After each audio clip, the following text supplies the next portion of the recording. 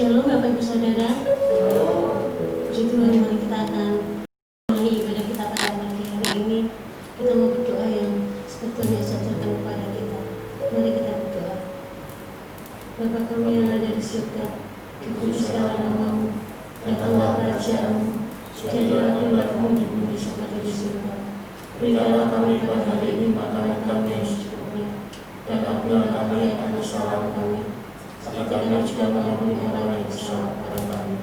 Dan janganlah bawa kami ke dalam pencobaan, tetapi lepaskanlah kami dari yang jahat. Karena Engkau yang punya kerajaan dan kuasa dan kemuliaan sampai selamanya. Amin.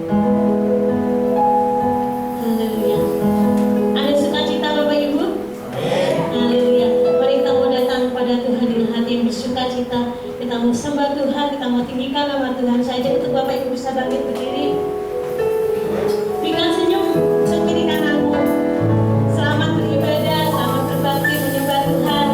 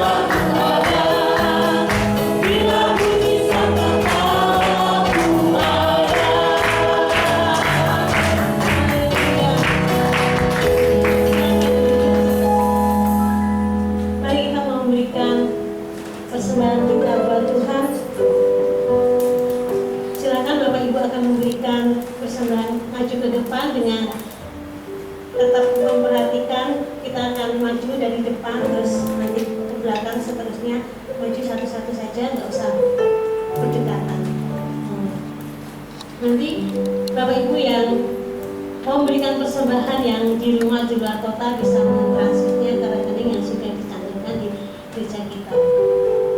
mari kita berdoa, nanti sadarilah kita bisa berdoa berkesembahan. Lebih baik kita berdoa. Bapak, terima kasih karena Bapak mengumpulkan kami semua di tempat ini dengan perasaan dan sukacita. Sukacita kami adalah menjadi kesenangan kami Tuhan, biarkan kami juga hidup dengan sukacita. Kami langsung melangkah dengan penuh sukacita ya Tuhan Yesus. Terima kasih Tuhan, Tuhan Yesus kami berdoa. Haleluya. Orang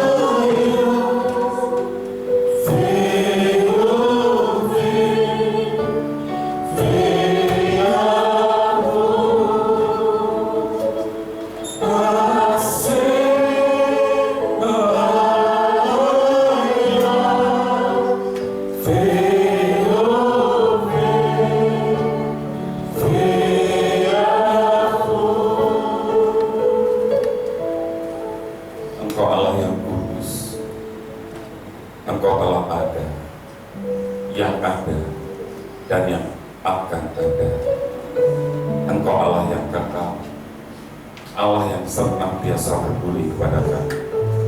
Terima kasih, kami bersyukur hari ini kami boleh ada di rumah untuk kami beribadah. Berbicaralah kepada kami sehingga kami mengerti apa yang jadi rencana-Mu dan Raja. Sampaikan isi hati.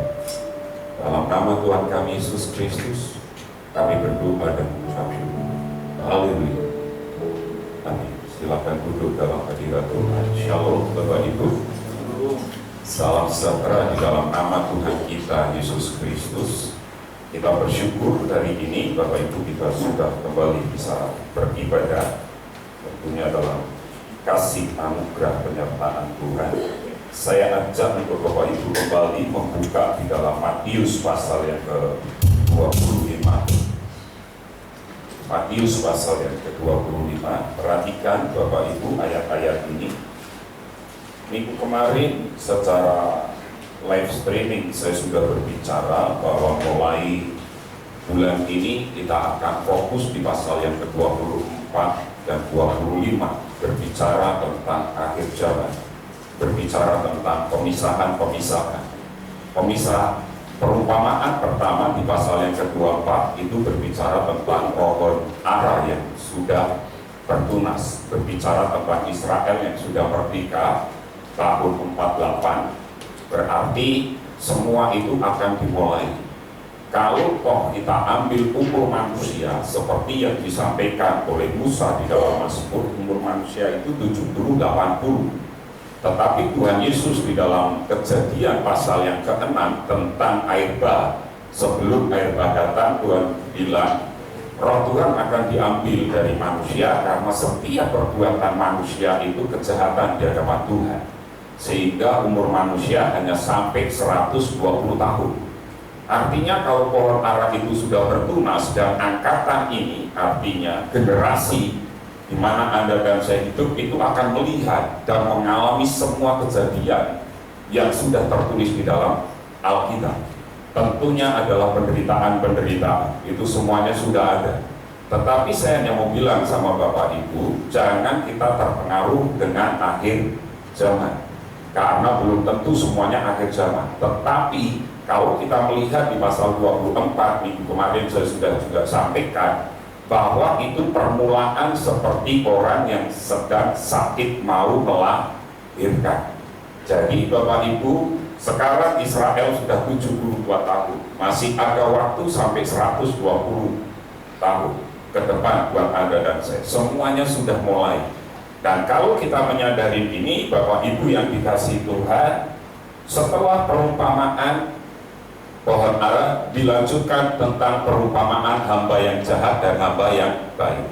Hamba yang jahat, hamba yang baik berbicara tentang hamba pelayan yang senantiasa mengerjakan tuannya, meskipun tuannya tidak ada, mengerjakan dengan kesungguhan. Setelah itu baru kita masuk di dalam pasal yang 25 berbicara tentang gadis bijaksana dan gadis yang bodoh. Lalu setelah gadis yang bijaksana dan gadis yang bodoh berbicara tentang talenta, 5 talenta, 2 talenta, 1 talenta. Yang 5 talenta dan 2 talenta dipermuliakan, sama dengan hamba yang bodoh dan hamba yang jahat.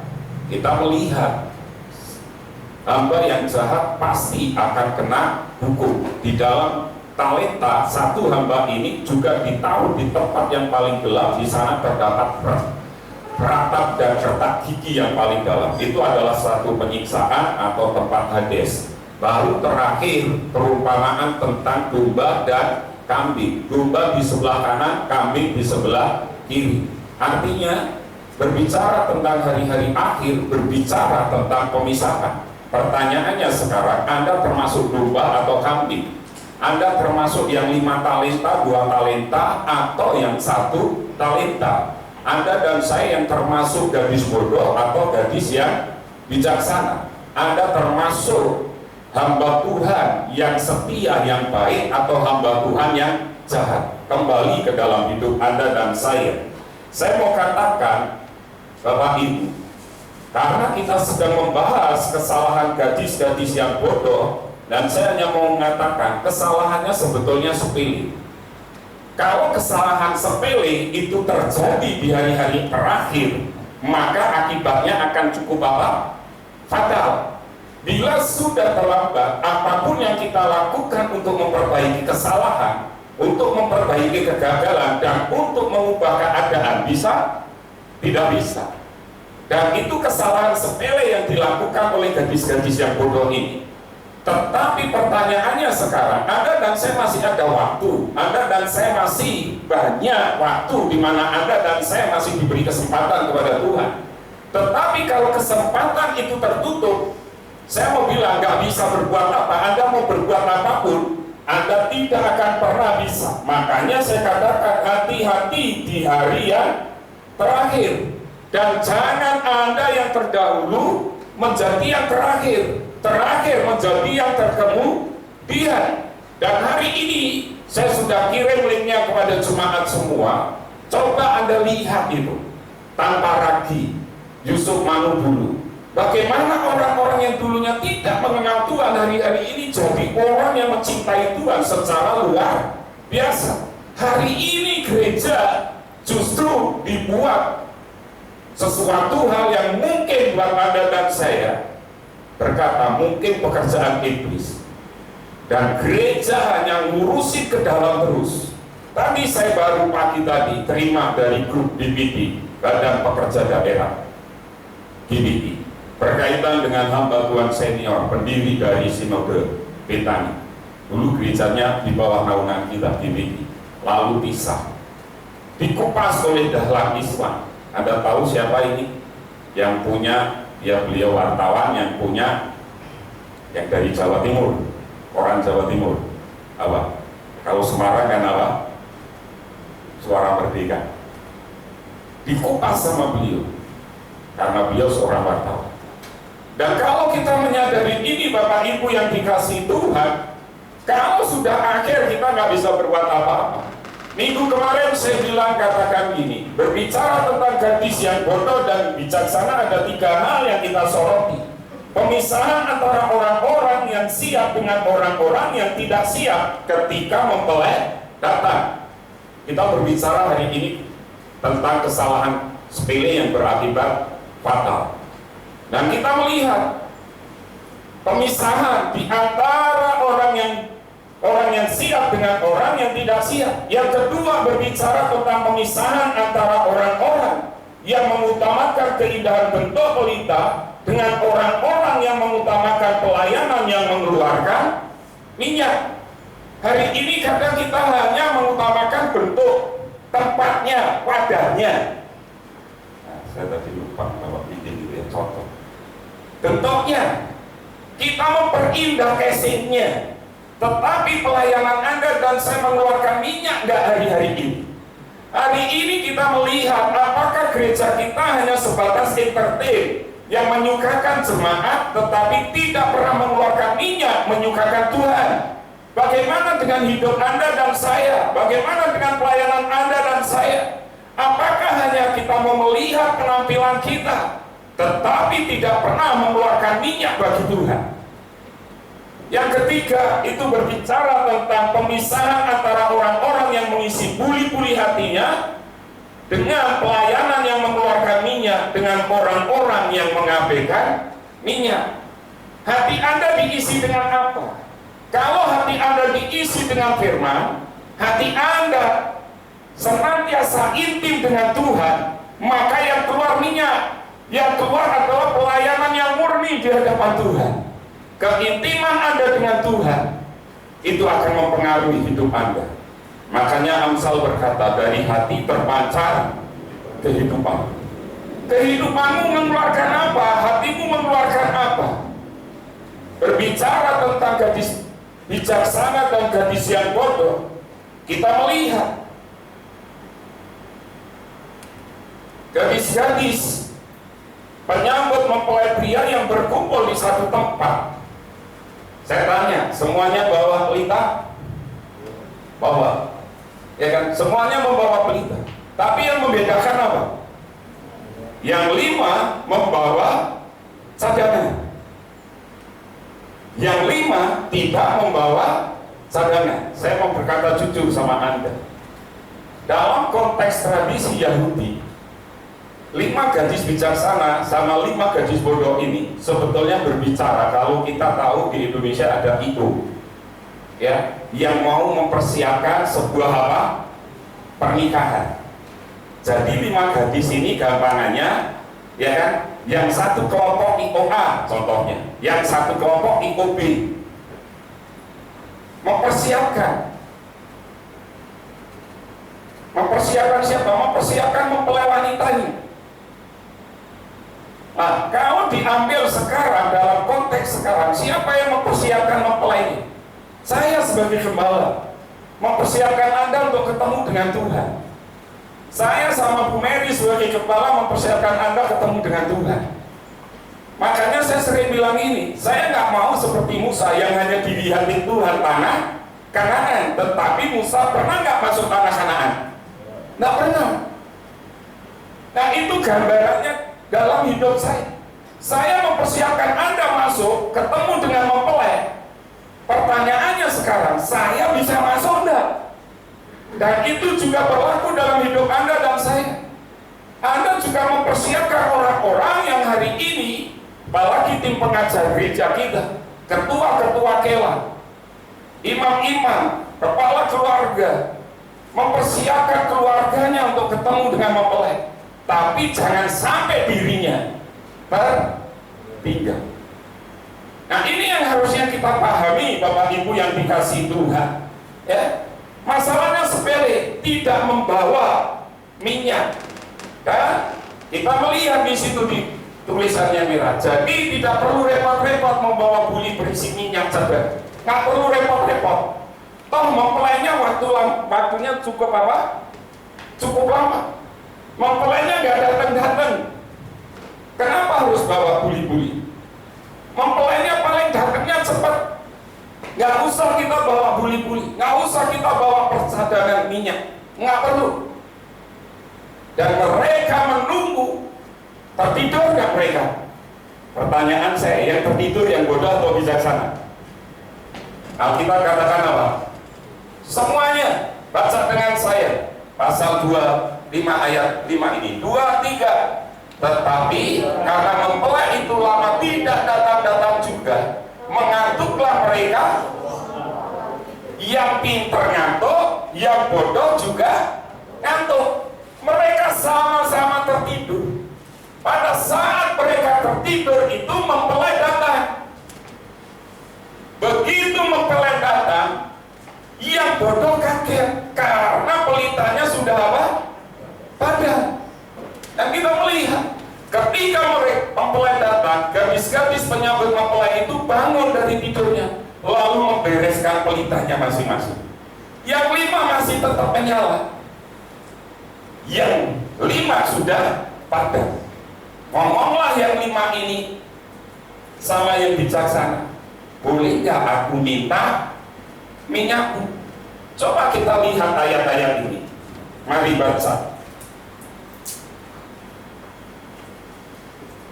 Mulai ayat yang ke-5 sampai ayat yang ke-10. 2-3. Tetapi karena mempelai itu lama tidak datang-datang juga, mengantuklah mereka semua lalu tertidur. Waktu tengah malam terdengarlah suara orang berseru, mempelai datang, song-songlah dia. Gadis-gadis itu pun bangun semuanya lalu membereskan pelita mereka.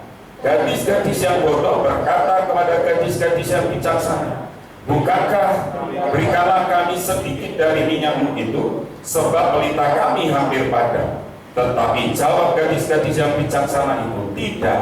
Nanti tidak cukup untuk kami. Dan untuk kamu, lebih baik kamu pergi kepada penjual minyak dan beli di situ. Akan tetapi, waktu mereka sedang pergi untuk membelinya, datanglah mempelai itu, dan mereka yang telah siap sedia masuk bersama-sama dengan dia ke ruang perjamuan kawin. Lalu, ini akibatnya. Kita bisa melihat di saat itu baru mereka menyadari betapa fatalnya kesalahan mereka. Bapak Ibu, saya hanya pesan satu hal. Jangan sampai hari-hari terakhir ini kita ini memiliki kesalahan yang fatal. Kita kan tidak tahu mempelai kita, Tuhan kita apa datang, tidak tahu. Saya ingat tahun 2015 waktu saya sakit di rumah sakit, saya dapat penglihatan. Karena jujur, waktu saya mau diantar ke rumah sakit diangkat sama Pak Lukas. Sebelum diangkat kami berempat itu sudah berdoa. Dan saya bilang sama Bu Mary, sama Levita, sama Glenn, kalau saya dipanggil, kalian juga harus siap. Dan saya pun sudah harus siap kalau suatu-waktu saya meninggal. Sudah, kami sudah doa, sudah nyerahkan kalau saya mati, gampangannya sudah nggak ada beban. Waktu saya di rumah sakit hari pertama masuk, besoknya hari yang kedua, saya tidur, tapi saya bangun. Saya melihat saya berjalan seperti kayak di lorong rumah sakit. Kiri kanan itu pintu. Kalau kayak kita retreat, dapat kamar contohnya. Oh, kamar nomor 14. Oh, namanya ada. Di pintu itu ada nama-namanya. Semua orang berlari nyari pintunya. Oh, ini kamarku ada yang masuk. Oh, ini kamarku ada yang masuk. Nah, setiap saya lihat pintu gak ada nama saya lari terus sampai jujur saya ngos-ngosan dan saya keringetan. Padahal itu di ruang nasi yang sangat dingin. Saya keperinget. Perawatnya ngomong sama saya bisa berkata iya, tapi saya seperti melihat satu penglihatan.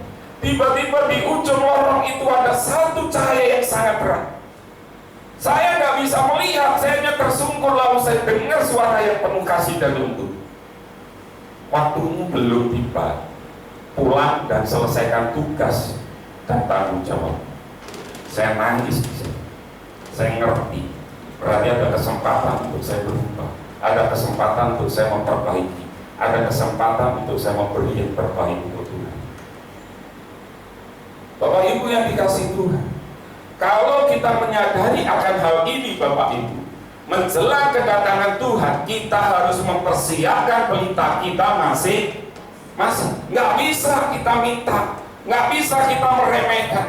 Lalu engkau berkata, Pak tolong saya, doakan saya, bantu saya. Nggak bisa, karena masing-masing tanggung jawab kita. Nggak ada istilah orang Jawa untuk perempuan bilang surga katut neraka nunut. Nggak ada. Masing-masing tanggung jawab Anda dan saya. Ketika kita mempersiapkan pelita kita masing-masing, kita harus memastikan pelita tersebut dapat apa? Berfungsi dengan baik. Maksudnya apa? Kita bisa melihat, harus diperiksa dengan sesama, baik sumbunya, minyaknya dalam pelitanya, maupun apakah pelita tersebut dapat menyala dengan baik atau tidak digunakan, tidak dapat digunakan.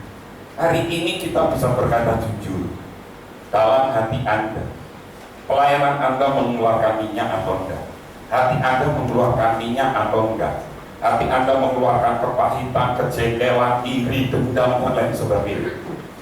Kalau itu terjadi, hari terakhir kau ketemu dengan Tuhan, ingat penyesalan hanya gara-gara masalah yang sepele. Kita terpikir.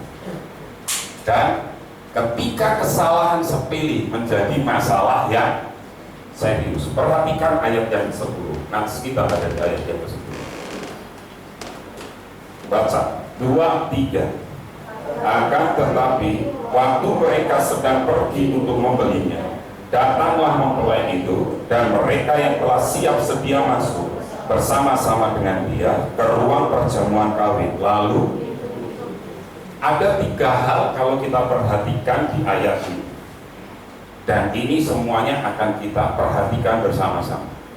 Yang pertama, Di sana dikatakan apa?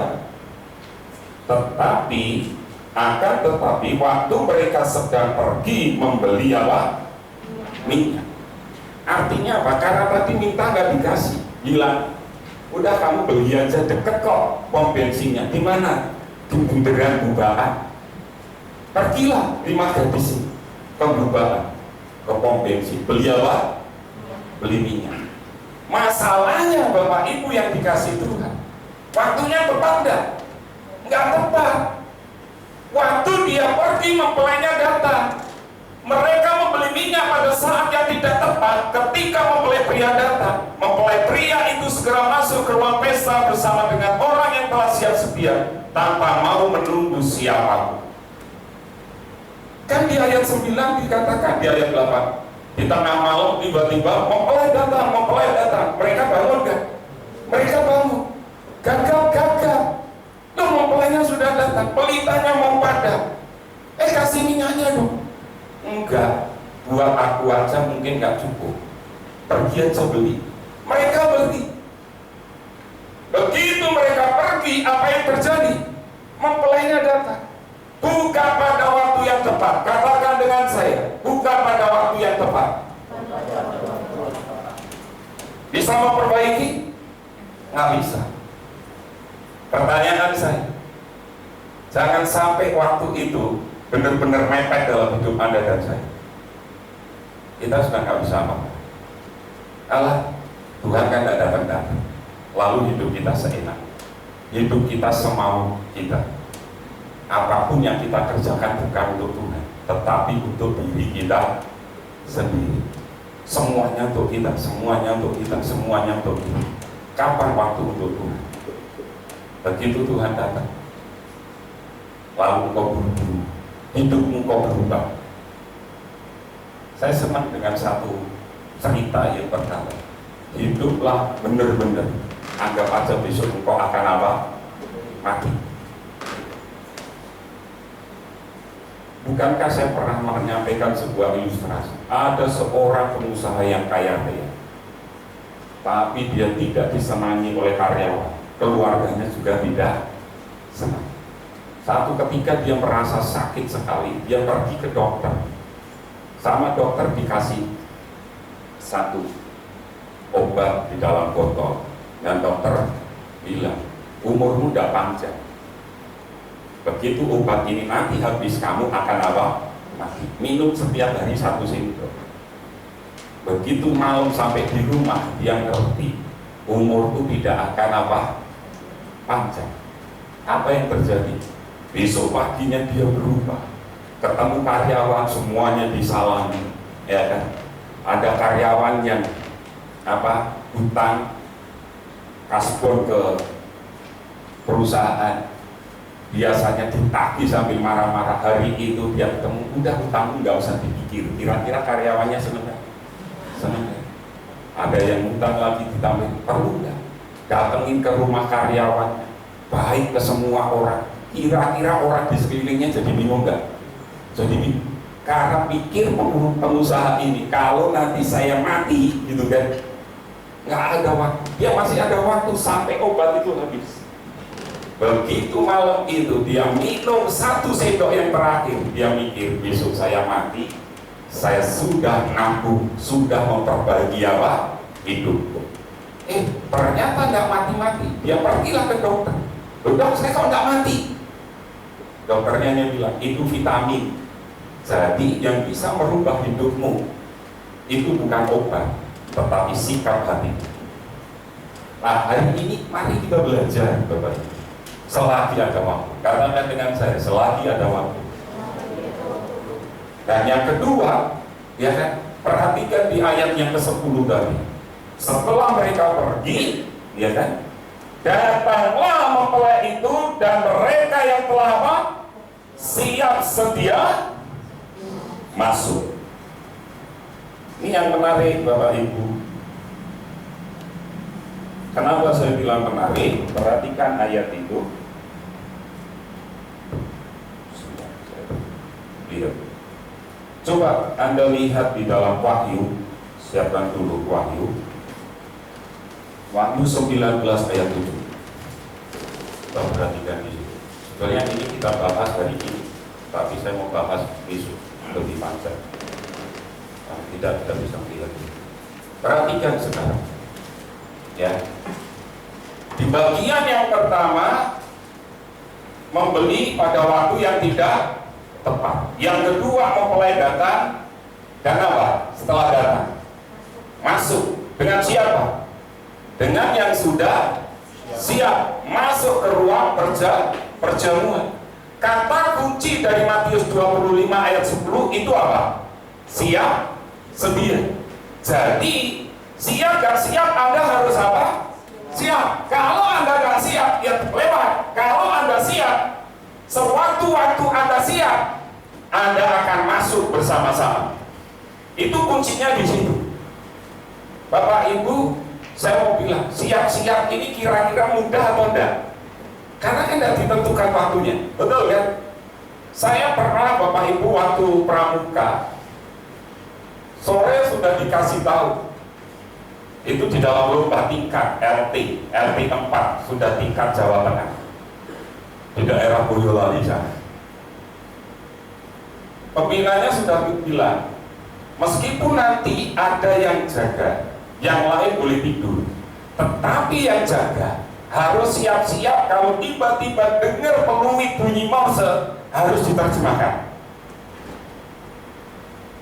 Benar Bapak Ibu, giliran saya jaga itu jam 1 sampai jam 3 saya jaga, jam 2 kan lah kira-kira dengar Morse, peluit bunyi, disuruh lari ke lapangan, lari saya ke lapangan Bapak Ibu. Kenapa? Karena satu regu hanya boleh diwakilin satu yang jaga, yang siap-siap. Padahal saya ngerti di sebelah saya yang dari Tegal nggak ada yang lari, semuanya tertidur. Nggak enak. Karena apa? Karena waktunya orang tidur. Tadi tidurnya dia tidur. Tapi yang berjaga-jaga, yang siap sedia pasti akan bisa ikut. Makanya kata kunci di Matius 25:10 kata siap sedia. Dan di sini saya bilang tanpa apa? Mau menunggu. Mempelai datang pintunya langsung dibuka tanpa mau menunggu. Yang 5 tadi kemana? Oh lagi ke Jakarta beli minyak.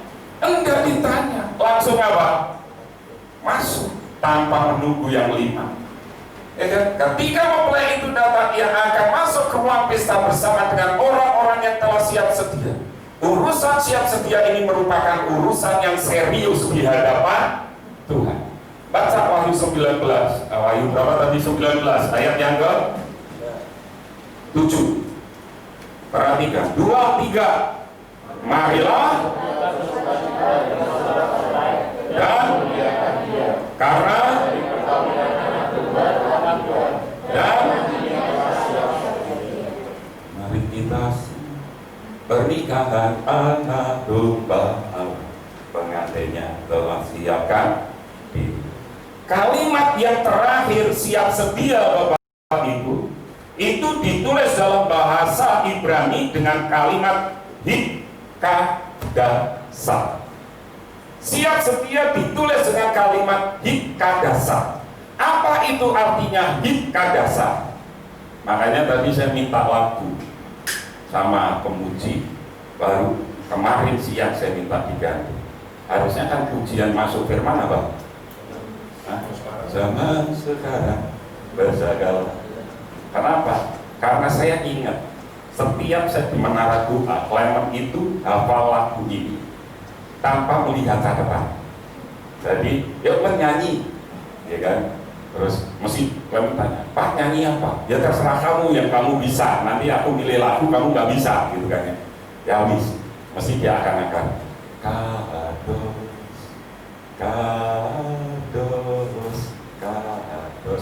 hikadasa.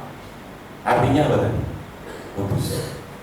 Siap sedia itu artinya apa? Kudus. Orang yang bisa masuk, orang yang siap sedia hikadasa adalah orang yang hidup dalam kekudusan. Kuduslah kamu sebab aku yang memanggil kamu kudus. Rasul Petrus bilang. Jadi Bapak Ibu, bagaimana hidup kita hari-hari akhir ini? Ada nggak kesucian? Ada nggak kekudusan dalam hidup Anda dan saya? Karena itu siapkan dirimu menjelang kedatangannya. Makanya kalau Tuhan datang di muka bumi ini, adakah iman? Itu kan penting. Orang yang kudus pasti hidupnya beriman. Dan saya mau berkata kepada Anda, begitu pintu dibuka, mempelai datang, bagian yang ketiga berkata apa? Pintu langsung apa? Ditutup. Bahasa Indonesia masa kini, firman Allah yang hidup dan terjemahan sederhana Indonesia berkata, pintu itu dikunci. Kalimat pendek, lalu pintu ditutup, terjemahan TSI bahasa Indonesia masa kini, lalu firman Allah yang hidup menuliskan, lalu pintunya dikunci. Pernah dikunci Bapak Ibu? Kalau pintu gerbang sama satgas dikunci, Anda kecewanya berapa minggu? 1 minggu, betul kan? Kalau hari ini Anda datang terlambat, lalu pintunya dikunci, saya tanya, minggu depan Anda kira-kira masih bisa ibadah nggak? Bisa. Lalu Anda akan berkata, oh hari ini sudah diumumkan pintu dikunci jam berapa? Jam 9. Berarti minggu depan saya tidak boleh datang jam 9 karena sudah diminta jam 8.45 paling tidak. Begitu pintu dikunci, Anda kecewa 1 minggu. Saya salah potong rambut, kecewanya berapa? 1 bulan. Anda tidak naik kelas 1 tahun. Betul. Kalau yang Anda kuliah, kesalahan fatal, nilainya tidak naik-naik, kecewanya berapa? 6 bulan, 1 semester. Engkau salah milih teman hidup, separuh hidupmu. Betul kan? Begitu engkau salah di hadapan Tuhan di hari akhir, kecewamu, penyesalanmu tetap. Gak bisa, pintu sudah dikunci. Mau merengek 5 gadis bodoh ini ketuk pintu, gedor pintu, nangis darah sekalipun.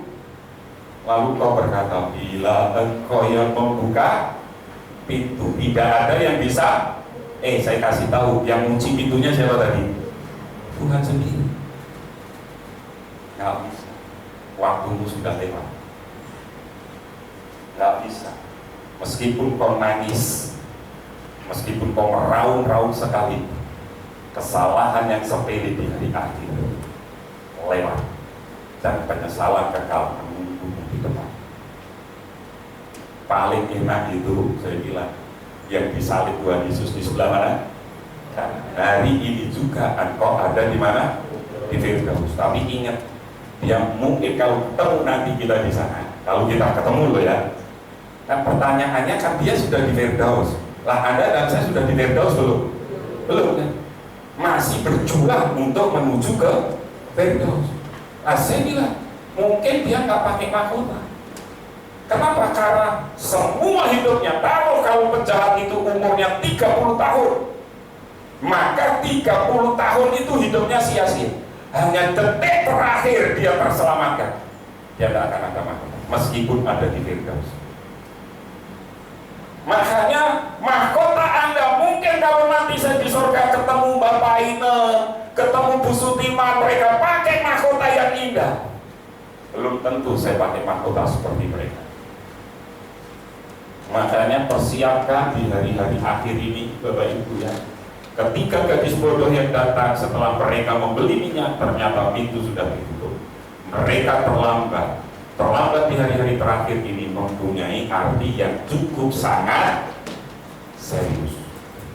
Dan kita tahu, saya sudah bilang, yuk hari-hari ini kita benar-benar pelayanan kita menghasilkan minyak di hadapan Tuhan. Slide terakhir kita, yang akan terus saya ingatkan, hati-hati di hari terakhir. Bila sudah terlambat, apapun yang kita lakukan, untuk memperbaiki kesalahan, untuk memperbaiki kegagalan, dan untuk mengubah keadaan. Tidak ada gunanya lagi. Nggak ada. Makanya selagi ada waktu, yuk hari-hari ini gunakan itu. Pelayanan kita, hidup kita mengeluarkan minyak. Minggu depan kita akan belajar siapa yang boleh masuk. Tadi sudah saya singgung sedikit, tetapi kita belajar lebih dalam siapa yang boleh masuk. Ayatnya nanti kita pindah meskipun dalam konteks yang masih sama di Injil Lukas. Oleh karena itu, family jemaat yang dikasihi Tuhan, biarkan hari-hari terakhir Tuhan mendapati engkau sedang mengerjakan pekerjaan untuk Tuhan, melayani Tuhan, dan apa yang kau kerjakan itu menghasilkan minyak bagi kemuliaan Tuhan. Hidup ini adalah kesempatan.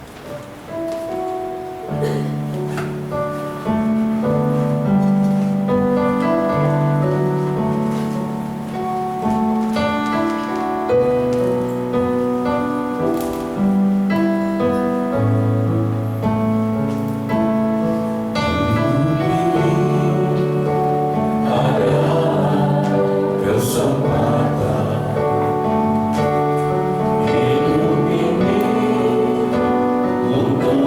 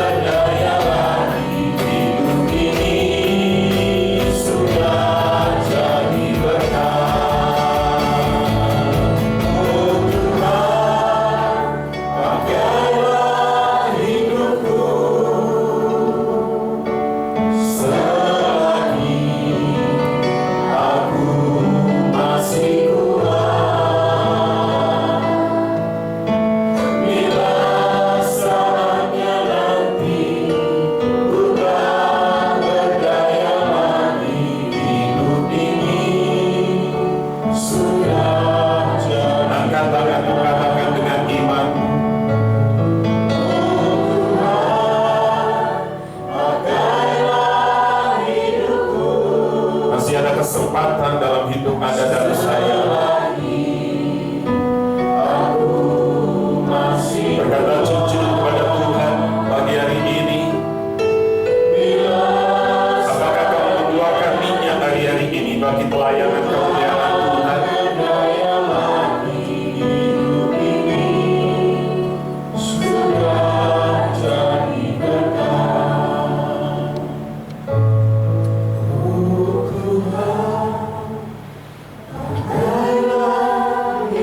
Berkata jujur kepada Tuhan. Kau melihat Tuhan, siapa hamba yang setia dan siapa hamba yang jahat, siapa gadis bijaksana dan gadis yang bodoh, siapa yang 5 talenta, 2 talenta, dan 1 talenta, mana yang kambing, mana yang domba. Oh Tuhan,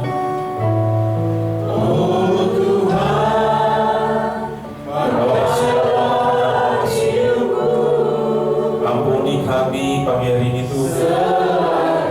Ampuni kami Yesus. Ampuni kami. Ampuni kami. Ampuni kami. Ampuni kami. Saatnya nanti ku tak berdaya lagi. Ini sudah jadi berkat. Kita tidak tahu hari terakhir itu akan datang dalam hidup kita. Jangan sepelekan. Adakah cadangan minyak dalam hatimu hari ini? Akui di hadapan Tuhan hari ini.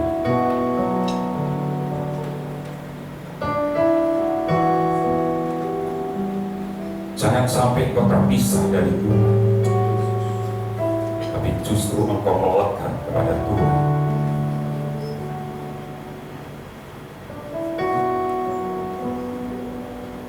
Dan Tuhan berkata kepada, masuklah engkau hamba-Ku yang setia dalam pesta perjamuan kawin Tuhan. Itu kalimat yang senantiasa kita tunggu dan kita nantikan. Tuhan, kalau selama ini kami jadi hamba-hamba yang jahat, ampuni kami. Kalau selama ini kami menjadi gadis yang bodoh, ampuni kami. Kalau selama ini kami tidak mengembangkan talenta, ampuni kami. Kalau selama ini kami jadi kambing, ampuni kami. Kami mau melekat kepada Engkau. Dan pada waktu pintu itu dibuka, kami boleh masuk. Dan tidak ada penyesalan kekal dalam hidup kami. Selagi kami masih ada waktu, dan waktu itu ada di hadapan kami mau mempergunakan hidup kami bagi kemuliaan Tuhan. Ampuni kami kalau selama ini kami menyia-nyiakan hidup kami. Pelayanan kami tidak mengeluarkan minyak. Pelayanan kami tidak mempermuliakan Tuhan. Pelayanan kami hanya memperindah hidup kami sendiri. Ampuni kami. Tapi hari ini kami mau mengeluarkan minyak bagi kemuliaan. Kami tidak bisa berjalan tanpa Engkau. Oleh karena itu berjalanlah bersama dengan kami, sehingga hidup kami mengeluarkan minyak bagi kemuliaan.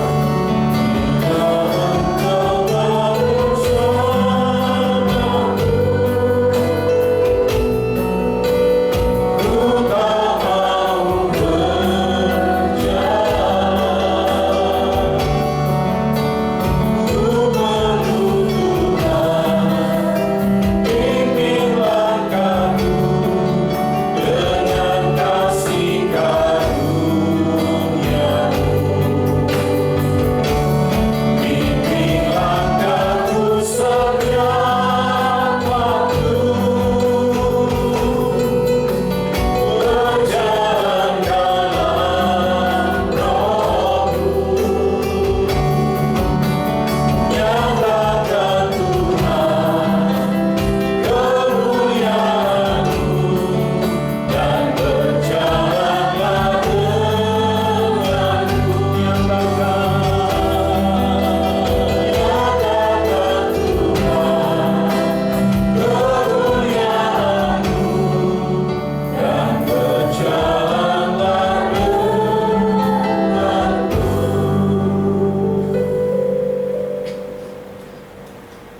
Semangat yang dikasihi Tuhan dan yang mengasihi Tuhannya dengan segenap tubuh, jiwa, dan roh.